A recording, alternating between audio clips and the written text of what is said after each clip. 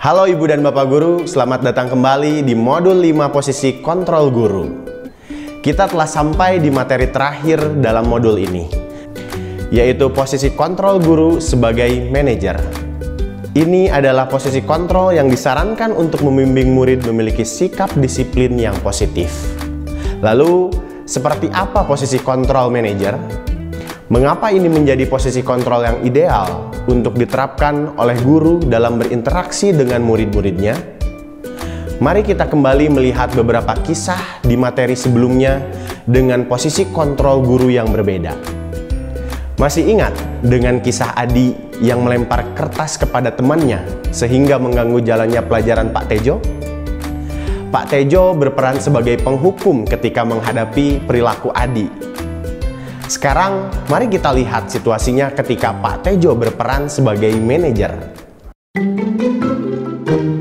Baik, sekarang silakan kalian baca dulu secara mandiri bacaan di buku halaman 70 sampai 71. Adi, kamu pasti punya alasan melempari bola kertas ke teman-teman kamu saat jam pelajaran. Nanti, selesai jam pelajaran, kita ngobrol ya.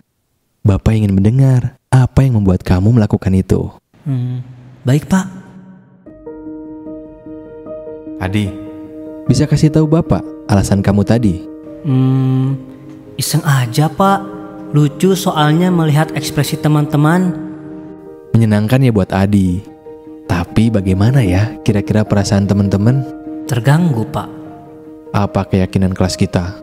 Menghargai semua orang? Apakah Adi sudah terlihat seperti itu? Bagaimana agar Adi bisa terlihat seperti itu? Minta maaf kepada teman dan Bapak. Lalu saya juga akan berhenti mengganggu teman saat jam pelajaran, Pak. Apakah Adi punya solusi lain untuk bisa mendapatkan kesenangan namun tetap menghargai orang lain? Bermain bersama teman saat jam istirahat atau jeda antara pelajaran?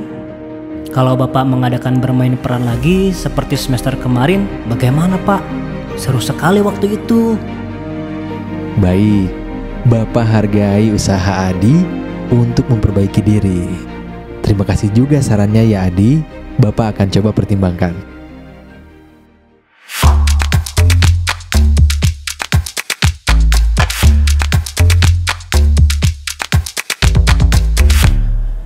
Menurut Ibu dan Bapak Guru, apa perbedaan yang terasa pada perilaku Adi ketika Pak Tejo berperan sebagai manajer? Apakah Ibu dan Bapak Guru pernah mengajak muridnya berdiskusi dan memberikan stimulus pertanyaan seperti yang dilakukan Pak Tejo? Jika iya, selamat! Ibu dan Bapak Guru sudah menerapkan posisi kontrol sebagai manajer di kelas. Guru dengan posisi kontrol manajer akan mengajak murid berefleksi atas tindakannya. Caranya, berikan pertanyaan-pertanyaan yang akan membuat murid mempertanggungjawabkan perilakunya. Ajak mereka untuk menganalisis kebutuhan dirinya maupun kebutuhan orang lain. Inilah yang dilakukan Pak Tejo. Posisi manajer akan berfokus pada muridnya. Guru akan menunjukkan sikap yang tulus karena ia menginginkan muridnya menjadi pribadi yang lebih baik dan kuat. Murid akan dibimbing untuk bertanggung jawab menemukan solusi atas permasalahannya sendiri. Penekanan bukan pada konsekuensinya, melainkan bagaimana memperbaiki kesalahannya. Adi tidak mendapatkan hukuman atau sanksi. Namun, ia diajak untuk menemukan solusi yang bisa memperbaiki kesalahannya tadi. Pak Tejo membimbing Adi untuk melakukan restitusi. Ibu dan Bapak Guru yang hebat, masih ingat tentang segitiga restitusi yang dipelajari pada modul restitusi? Posisi kontrol manajer akan menggunakan strategi dalam segitiga tersebut untuk membimbing muridnya.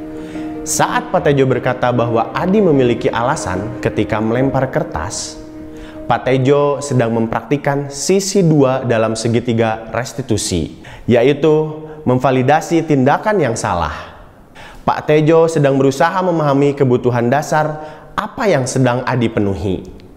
Ketika Adi merasa dipahami, ia akan lebih terbuka dan siap untuk diajak diskusi lebih lanjut. Ada kalanya proses diskusi berjalan lebih panjang karena murid kita kesulitan menemukan solusi. Pertanyaan yang diberikan juga lebih banyak membimbing ke arah solusi. Ini sangat mungkin terjadi dalam konteks guru PAUD dan SD kelas rendah. Mari kita kembali pada kisah Mia dan Ibu Linda. Mia lupa mengerjakan tugasnya. Ibu Linda berperan sebagai pembuat rasa bersalah dalam menangani perilaku Mia. Mari kita lihat situasinya jika Ibu Linda berperan sebagai manajer. Setiap orang pasti pernah berbuat kesalahan. Ibu juga pernah berbuat kesalahan. Nah, Mia, karena kamu lupa mengerjakan tugas, apa yang bisa kamu lakukan sekarang saat teman-teman kamu akan presentasi? Baik, Ibu Linda beri waktu Mia berpikir.